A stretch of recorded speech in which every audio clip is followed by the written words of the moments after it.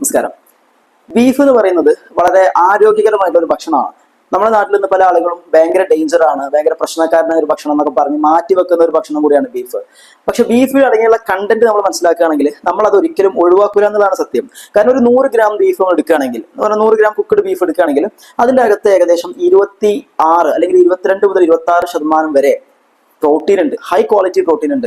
മാത്രമല്ല ഒരു 10 മുതൽ 12 ഗ്രാം വരെയാണ് അതിന്റെ അകത്തുള്ള ഫാറ്റ് എന്ന് പറയുന്നത്. ഈ ഫാറ്റ് കണ്ടിട്ടാണ് പലപ്പോഴും ആളുകൾ ഇതൊരു ഡേഞ്ചർ അല്ലേ, പ്രശ്നമല്ലേ എന്നൊക്കെ വിചാരിക്കുന്നത്. നമ്മൾ അതിലേക്ക് വരാം. പക്ഷെ അതിന് മുന്നേ അതിലുള്ള മറ്റ് കണ്ടന്റ് എന്ന് പറയുന്നത് നല്ല എമൗണ്ടിൽ അയൺ ഉണ്ട്, അയൺ കണ്ടന്റ്. അതുപോലെ vitamin B12, vitamin B6, selenium, അതുപോലെ സിങ്ക്, ഫോസ്ഫറസ്, ഇത്തരം വളരെ ക്രൂഷ്യൽ ആയിട്ടുള്ള ഒരുപാട് കണ്ടന്റുകൾ ഉണ്ട്.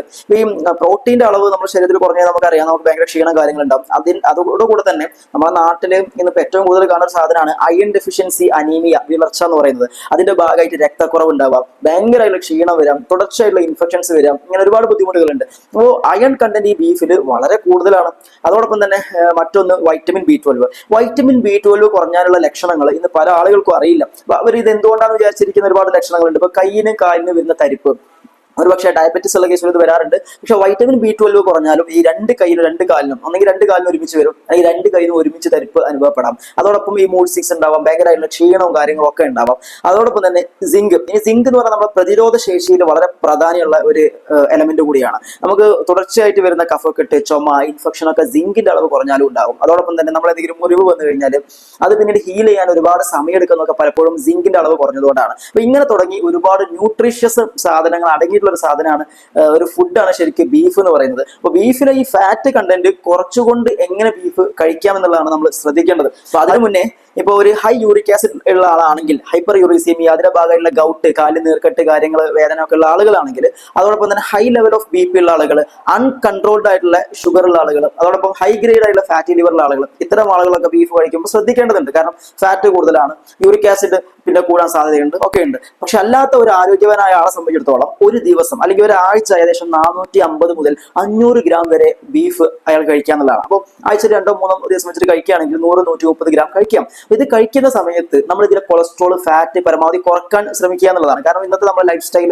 ഇതൊന്നും യൂസ് ചെയ്യാത്ത തരത്തിലാണ്. അപ്പൊ അതുകൊണ്ടാണ് നമ്മൾ ചെയ്യേണ്ടി വരുന്നത്. അപ്പൊ അത് 3 കാര്യങ്ങളാണ് അതിൽ നമുക്ക് ശ്രദ്ധിക്കാനുള്ളത്. ഒന്നാമത്തെ കാര്യം എന്ന് പറയുന്നത് നമ്മളത് വാങ്ങുന്ന സമയത്താണ്. ഈ ബീഫ് വാങ്ങുന്ന സമയത്ത് നമ്മൾ പരമാവധി കൊഴുപ്പ് കുറഞ്ഞ മാംസം വാങ്ങുക എന്നുള്ളത് ശരിക്കും ഭയങ്കര ഇമ്പോർട്ടന്റ് ആണ്. ഈ പുറത്ത് നമ്മൾ വിദേശ രാജ്യങ്ങളൊക്കെ നോക്കുകയാണെങ്കിൽ ഈ ബീഫിന്റെ കൊഴുപ്പിന്റെ അളവ് വെച്ചിട്ട് പലതരം ബീഫിന്റെ കട്ടിങ്സുകൾ, പീസുകൾ നമുക്ക് വിൽക്കുന്നത് കാണാൻ പറ്റും. നമ്മുടെ നാട്ടിൽ പക്ഷേ ഇന്നത് അത്ര അവൈലബിൾ ആയിട്ടില്ല. അതോടൊപ്പം രണ്ടാമത്തെ കാര്യം ശ്രദ്ധിക്കേണ്ടത്, ഇത് കുക്ക് ചെയ്യുന്നതിന്റെ മുന്നേ, നമ്മൾ ഈ ബീഫ് കുക്ക് ചെയ്യുന്നതിന്റെ മുന്നേ നമ്മൾ അതിൽ വിസിബിൾ ആയിട്ടുള്ള ഫാറ്റ് യെല്ലോ കളേഴ്സിലൊക്കെ നമുക്ക് കാണാൻ പറ്റും, അല്ലെങ്കിൽ വൈറ്റ് കളേഴ്സിൽ കാണാൻ പറ്റും. അത് പരമാവധി റിമൂവ് ചെയ്ത ശേഷം കുക്ക് ചെയ്യുക എന്നുള്ളതാണ്. അങ്ങനെ തന്നെ നല്ലൊരു ശതമാനം ഫാറ്റ്, കൊളസ്ട്രോൾ നമുക്ക് ഒഴിവാക്കാൻ പറ്റും. മൂന്നാമത്തെ കാര്യം, ഇത് കുക്ക് ചെയ്യുന്ന സമയത്താണ്. ഏത് മീറ്റ് ആണെങ്കിലും നമ്മൾ കുക്ക് ചെയ്യുന്ന സമയത്ത്, ചൂടാവുന്ന സമയത്ത് അതിൻ്റെ അകത്തെ ഫാറ്റ് ഉരുകി ഒലിക്കുന്നത് നമുക്ക് കാണാൻ പറ്റും. നമ്മൾ ഷവായൊക്കെ നമ്മൾ ഗ്രില്ല് ചെയ്യുന്ന സമയത്ത് കാണാം, അതിലേക്ക് ഉറ്റി പോകുന്നത് കാണാം. അപ്പൊ ഇതിന് ചിക്കൻ്റെ അകത്തുള്ള നെയ്യാണ് പോകുന്നത്. അതുപോലെ കുക്ക് ചെയ്യുന്ന സമയത്ത് ഇതിന്റെ ഫാറ്റ് എന്തായാലും ഉരുകി വരും. പക്ഷെ നമ്മൾ കുക്ക് ചെയ്യുന്ന രീതി എന്ന് പറയുന്നത് പലപ്പോഴും പോട്ട്, ഒരു ചട്ടിന്റെ അകത്ത് അല്ലെങ്കിൽ കുക്കറിന്റെ അകത്താണ്. ഇത് ഉരുകി വന്നാലും അതിന്റെ അകത്ത് തന്നെ കിടക്കും. ഇനി ഇതിന്റെ പുറമെ നമ്മൾ കുറച്ചുകൂടെ ഓയിൽ നമ്മൾ ഭാഗമായിട്ട് ഒന്നെങ്കിൽ കോക്കനട്ട് ഓയിൽ അല്ലെങ്കിൽ മറ്റെന്തെങ്കിലും ഓയിൽ നമ്മൾ ഒഴിച്ചു കൊടുക്കുന്നതാണ്. അപ്പൊ ഇതിന്റെ കൊളസ്ട്രോൾ ലെവൽ നല്ല മുകളിൽ പോകുന്നുള്ള. അപ്പം ഒന്ന് ആ എക്സ്ട്രാ ഒഴിക്കുന്ന ഓയിൽ ഒഴിവാക്കുക എന്നുള്ളതാണ്. രണ്ടാമത്തെ കാര്യം, ഈ പറയുന്ന ഗ്രില്ലിംഗ് മെത്തേഡിലോ അതല്ലെങ്കിൽ മറ്റെന്തെങ്കിലും രീതിയിൽ ഓയിൽ ഒലിച്ചു പോകാവുന്ന ഒരു രീതിയിലാണ് നമ്മൾ കുക്ക് ചെയ്യുന്നതെങ്കിൽ ഒരുപാട് ശതമാനം കൊളസ്ട്രോൾ, ഫാറ്റ് നമുക്ക് ഒഴിവാക്കാൻ പറ്റുന്നതാണ്. മറ്റൊരു കാര്യം, ഇനിയിപ്പോൾ നമ്മൾ ഇങ്ങനെ കുക്ക് ചെയ്ത് കഴിഞ്ഞാൽ നമുക്ക് ഏറ്റവും നല്ലത് അതിനെ വളരെ ചെറിയ പീസുകളാക്കിയിട്ട് അതോടൊപ്പം സാലഡ്സ് കട്ട് ചെയ്തിട്ട് അതുകൂടെ മിക്സ് ചെയ്തിട്ട് നമ്മൾ കഴിക്കുകയാണെങ്കിൽ വളരെ ഹെൽത്തി ആയിരിക്കും. അതിന്റെ ഭാഗമായിട്ട് വരുന്ന ബീഫ് കഴിച്ചതിന്റെ ഭാഗമായിട്ട് ചിലപ്പോൾ ചില ആളുകൾക്ക് അസിഡിറ്റി പ്രശ്നങ്ങൾ വരാം, വയർ സ്തംഭനം, ഗ്യാസിന്റെ പ്രശ്നങ്ങൾ, ഇതൊക്കെ പരമാവധി കുറക്കാൻ ഈ വെജിറ്റബിൾസും കൂടെ ആഡ് ചെയ്താൽ നല്ലതാണെന്നുള്ളതാണ്.